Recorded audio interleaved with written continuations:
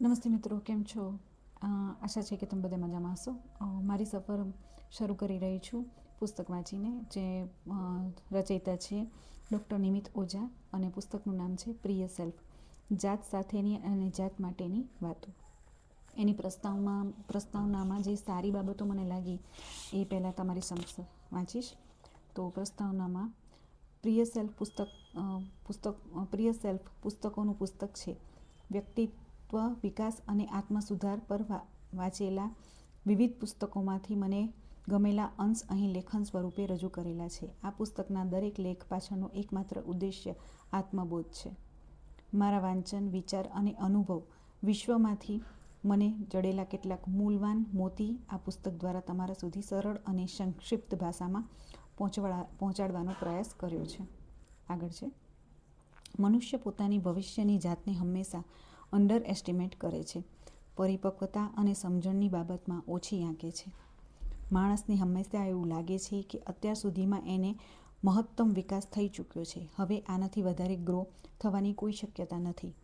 મનુષ્યની આ ભ્રમણાનું નામ છે એન્ડ ઓફ હિસ્ટ્રી ઇલ્યુઝન,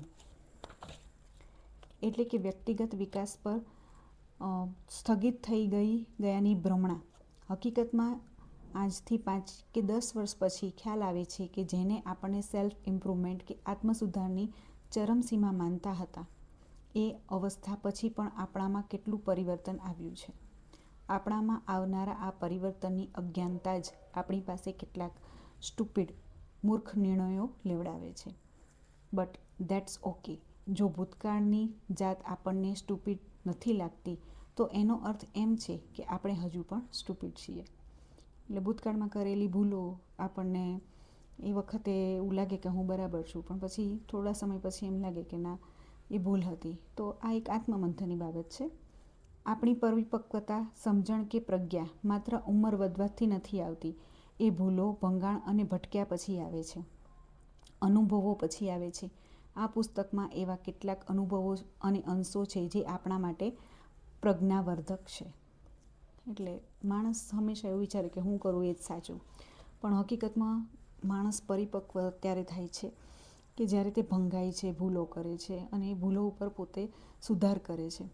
તો એની થોડીક બાબત છે. આ પુસ્તક આપણી ભવિષ્યની જાત માટે છે, એ ઉન્નત, પ્રજ્ઞાવાન અને પરિપક્વ જાત માટે એનું અત્યારે ચરણ કામ કરી રહ્યું છે. આ પુસ્તકમાં રહેલી વાતો અને લેખ દ્વારા એ ચણતરને વેગ મળશે.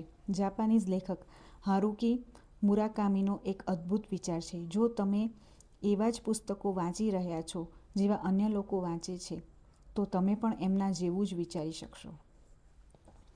કહેવાય છે ને કે જેવી સંગતમાં રહે એવી અસર થાય છે.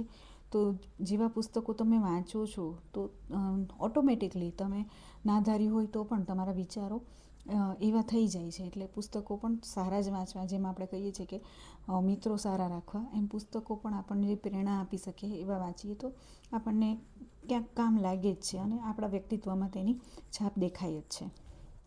મતલબ કે વિચાર અને સમજણનો વ્યાપ વધારવા માટે વાંચનનો વ્યાપ વધારવો જરૂરી છે.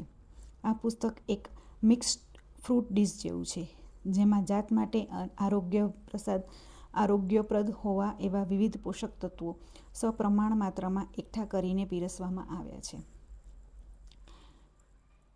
જેટલું તમે વાંચશો એટલું તમે ક્લિયર થશો, સ્થિર થશો, મારું એવું માનવું છે. એટલે વાંચન ખૂબ જરૂરી છે. આપણા સહુની એક મજબૂત, ઉન્નત અને આત્મનિર્ભર જાતના ઉત્થાન માટે આ પુસ્તક એક સહિયારો યજ્ઞ છે. લેખકે નિમિત સાહેબે ખૂબ જ મહેનત કરી છે આ પુસ્તક માટે, અને આપણને ઘણા બધા પુસ્તકો વાંચી અને એમાંથી ટૂંકો સાર કે જે આપણે સમજવા માટે, જીવન જીવવા માટે જરૂરી છે, એ આપ્યો છે.